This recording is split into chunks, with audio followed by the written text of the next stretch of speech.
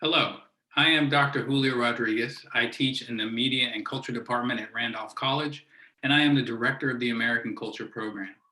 The American Culture Program is a block of interrelated courses and travel study which probes what it means to be an American by exploring broad themes in American culture. The program includes visits to historic sites, workplaces, government agencies, churches, and museums, both in Virginia and in other parts of the United States. In sum, the program offers students the opportunity to take a deep dive into the topic of study and to see real-world implications of work done in the field.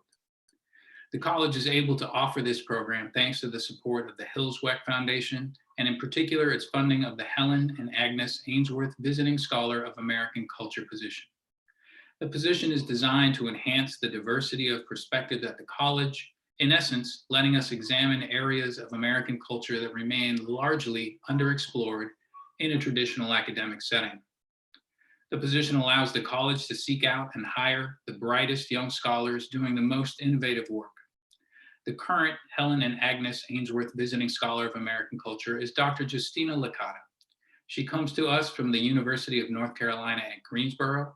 Her insightful and impactful work in reproductive justice, and most pointedly on the use of Norplant and the de facto sterilization of women of color in the latter decades of the 1900s, speaks to and informs this symposium. We offer it in lieu of student travel and experiential learning opportunities, and in an effort to give a larger audience the entree that our students typically receive. I now give you the current Helen and Agnes Ainsworth Visiting Scholar of American Culture, Dr. Justina Licata.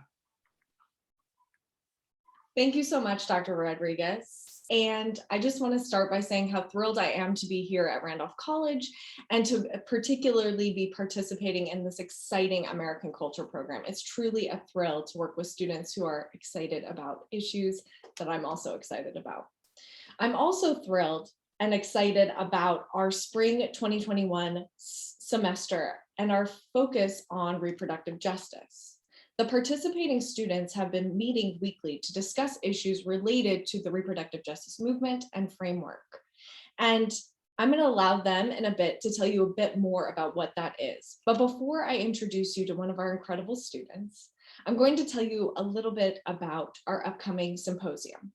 On April 7th and 8th, the American Culture Program will be hosting a free and virtual symposium centered on issues related to reproductive justice. It will include several amazing events, including panel discussions exploring abortion access, birthing justice, and the history of paper genocide. We will also be hosting a screening of the film Belly of the Beast, which is an award-winning documentary that reveals unlawful coercive sterilization in a California women's state prison. Finally, our symposium will conclude with a keynote address by the activist and legal scholar Dorothy Roberts. To learn more about these events and to register for our symposium, please visit our website, which is at rcamericancultureprogram.wordpress.com. Now, I'd like to introduce you to Natalia Hernandez Barrios to tell you a bit about reproductive justice. Hi, everyone. My name is Natalia Hernandez, and I'm a sophomore at Randolph College. I'm double majoring in economics and global studies. Reproductive justice is something very important and critical to me, and what I think is most important to know is where this term comes from and what power it holds. In 1994, 12 African-American women coined the term reproductive justice at a pro-choice conference in Chicago. Although these and other women of color had been participating in activist work that considered and worked for the needs of all women, including Black, Indigenous, Latinx, and other women of color, they recognized the need for a term that specifically addressed the needs of marginalized populations. For more information about the term and this history, I would like to introduce Isabel Stevens. Hi, my name is Isabel Stevens, and I'm a sophomore at Randolph College, majoring in theater and history. The reproductive justice framework merges reproductive rights with social justice. In doing so, it expands the traditional reproductive rights ideology, which focuses on the legality of abortion and access to birth control, because the narrow agenda does not adequately address the needs of marginalized groups, particularly Black, Indigenous, Latinx, other women of color, and trans people. The reproductive justice framework is made up of 3 core principles, and now Chantal Spinner will tell us about the first.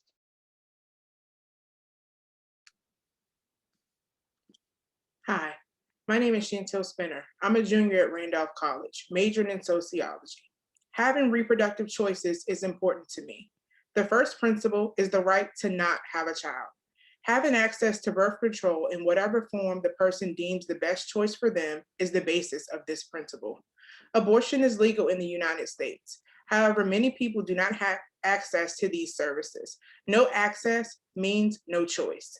Abortion funds help individuals navigate barriers such as transportation and childcare, in addition to providing funds to pay for the abortion procedure. To hear more about abortion access, please join us April 8th from 4:30 to 5:45 for a panel I will be moderating on this topic. Now, Jacqueline Clarity Josephs will speak about the second principle. Hi, everyone. My name is Jacqueline Clarity Josephs, and I am a sophomore at Randolph College. I am a psychology major and a sociology minor. As a Black person, but more specifically as a Black woman, we have the highest mortality rate from pregnancy than any other demographic. As such, the second principle is the right to have a child. This allows for Black women to have access to adequate resources when wanting to have a child, such as fertility conversations and having access to healthcare both before, during, and after pregnancy. This would completely change the narrative and mistreatment of Black women, where they have been treated as less than, promiscuous, and overly sexual beings with no interest in caring for children, to finally being considered part of the population that can have and wants children. If this interests you, please join me on April 7th from 4 to 5:15, where I'll be moderating a panel on birthing work and birth justice. Now, Tommy McGinnis will introduce you to the final principle. Hey y'all, my name is Tommy Lauren McGinnis and I'm a sophomore at Randolph College.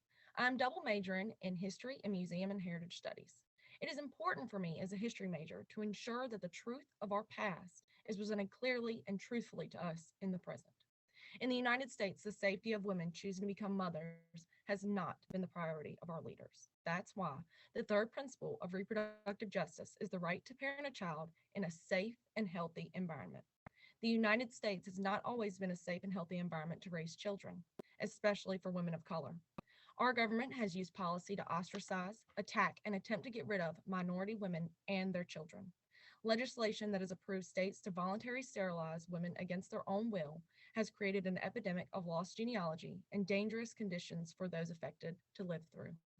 It is our responsibility to bring awareness to these stories and to end unhealthy and unsafe environments for mothers and children. If you are interested, please join us on April 8th from 1 to 2:15 to learn more about this and paper genocide.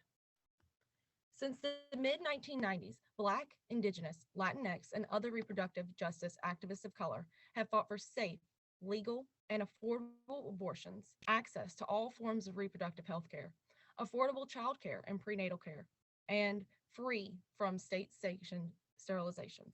To learn more about reproductive justice, please consider attending our symposium on April 7th and 8th. Remember, you can register and learn more about the event on our website. Thank you, and we will see you then.